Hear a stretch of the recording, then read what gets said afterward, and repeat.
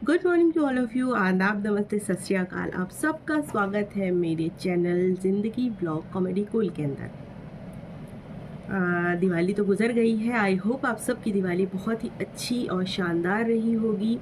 आपने खूब इंजॉय किया होगा, छुट्टियों का खूब मज़ा लिया होगा अपनी फैमिली और अपने बड़ों के साथ, अपने छोटों के साथ, अपने परिवार वालों के साथ, अपने दोस्तों के साथ। और अब कुछ लोगों को प्रॉब्लम फेस करनी पड़ रही है गले की ख़राश की, जैसा कि मुझे भी फेस करनी पड़ रही है। तो मैंने सोचा एक नुस्खा है, देसी नुस्खा, जो हमेशा मैं आज़माती हूँ और मुझे बहुत फ़ायदा होता है। तो ये नुस्खा मैं आप लोगों के साथ भी शेयर करूँ, जिससे कि जो प्रॉब्लम मैं फ़ेस कर रही हूँ, आप फ़ेस कर रहे हैं, उसका आपको भी लाभ मिल सके। तो वो नुस्खा बहुत देसी नुस्खा है, बहुत कम इंग्रेडिएंट लगेंगे उसमें और आपका फ़ायदा ही फ़ायदा है। सारे इंग्रेडिएंट आपको अपने किचन में ही मिल जाएंगे। एक शायद ना मिले, वो आपको बाज़ार से लाना पड़ेगा, लेकिन वो बहुत इजीली अवेलेबल है। किसी भी पंसारी की दुकान पे आराम से मिल जाता है। तो शुरू करते हैं रेसिपी। रेसिपी है जनाब, इसमें सबसे पहला इंग्रेडिएंट है अदरक का एक टुकड़ा। अदरक आप जानते ही हैं, बहुत सारे इसके गुण हैं। है ये बहुत छोटी सी जड़ीली सी चीज़, लेकिन इसके फ़ायदे अनेक हैं। मैं इसके फ़ायदे आपको गिनाने नहीं बैठी हूँ, क्योंकि बहुत लंबा वीडियो मुझे नहीं करना है। छोटा सा रेमेडी है, छोटा सा वीडियो करूँगी, आपके फ़ायदे की चीज़ है। तो आपको पहला इंग्रेडिएंट लेना है अदरक। दूसरा इंग्रेडिएंट आपका है वो है ये छोटी सी काली सी चीज़, ये छोटा काला दाना, इसको हम काली मिर्च कहते हैं। साबुत खड़े मसालों के अंदर इसका एक बहुत विशेष स्थान है। तो ये आपको लेने हैं चार दाने, चार दाने, ठीक। एक अदरक का टुकड़ा लगभग आधा इंच या 1 इंच भी आप ले सकते हैं। 4 काली मिर्च के दाने। तीसरा इंग्रेडिएंट है ये, आप में से कुछ लोग इसे जानते होंगे, कुछ नहीं भी जानते होंगे।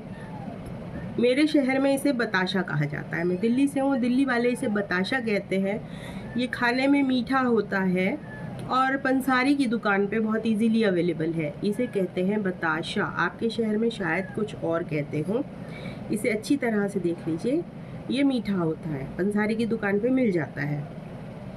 इन तीनों चीज़ों को लेकर अदरक को छील लीजिए आप।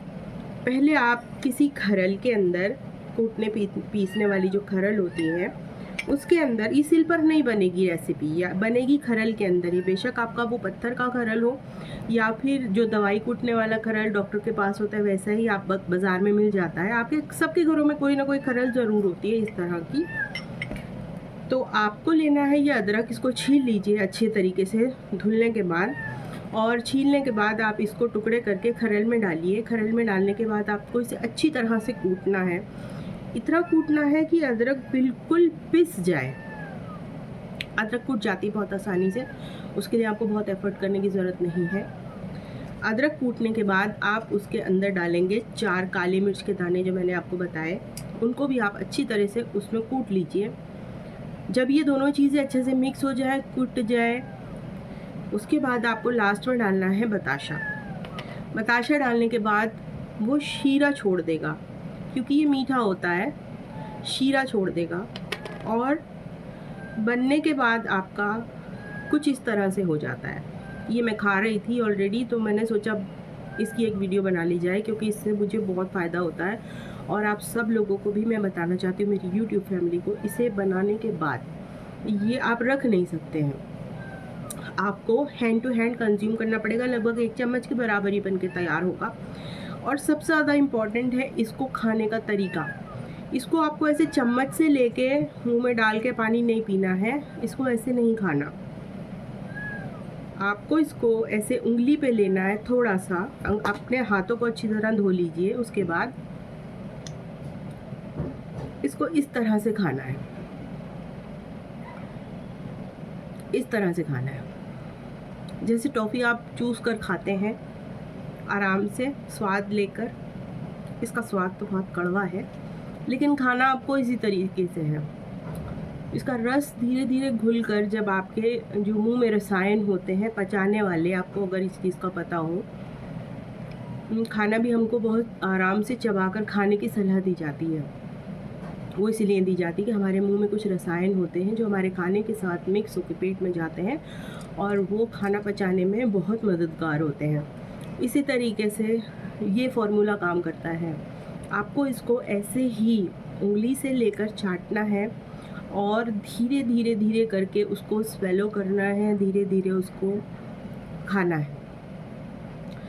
जो अदरक के रेशे बाद में ज़ुबान पर रह जाएंगे, आप उनको चबा के निगलिए। वो रेशे भी फाइबर के होते हैं और आपको बहुत फ़ायदा करते हैं। इस तरह से जब आप खाएंगे तो आपके गले में जलन महसूस होगी, क्योंकि अदरक के अंदर कुछ एंजाइम्स ऐसे होते हैं जो आपके गले के अंदर जलन महसूस करवाते हैं। तो वो थोड़ा सा आपको चुभेगा ज़रूर खाने के लिए, लेकिन इसके फ़ायदे जब आप देखेंगे ना कि महंगी दवाइयाँ आपने कर ली, आपकी खांसी, आपकी खराश ठीक नहीं हो रही है, मगर ये खाने से आपको इतना फ़ायदा उसी समय महसूस होगा और आप बाद में मुझे थैंक यू बोलेंगे। तो ये आपको इस तरह से खाना है। बेशक आपको 5 मिनट 10 मिनट लग जाए इसको खाने में, लेकिन इसको सारा आपको एक ही बार में खाना है।